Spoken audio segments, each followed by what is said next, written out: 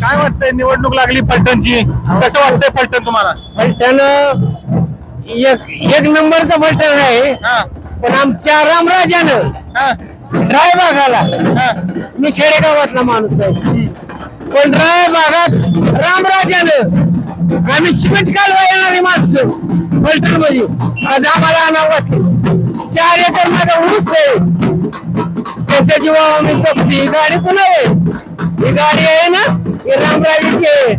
आम्ही नाही, आम्ही एसटीने येत होतो, एसटीने येत होतो, एसटीने येत होतो, पण आम्हाला जीवदान दिलं ते रामराजाने दिलं.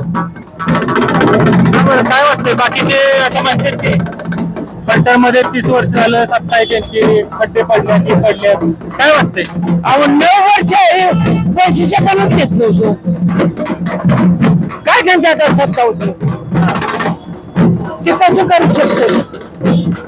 तुम्ही हे माहीत नाही झालं, मी काढला, तुम्हाला अधिकार आहे, माझाच अधिकार आहे, बरोबर, तुमचाही अधिकार आहे. तसं प्रशासक 9 वर्ष होत.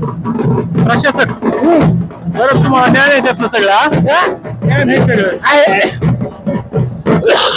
काय वाटतं आता निवडणुकीत वार आहे माग चालले हे चालले कसं काय असं हे शहरे गावातला आम्हाला सांगता येईल, पण आमच्या ग्रामीण भागात नाद नाही करायचा रामराजाचा. आम्हाला जगावले, आम्हाला अनाव वाटले, त्यानं पाणी आणले.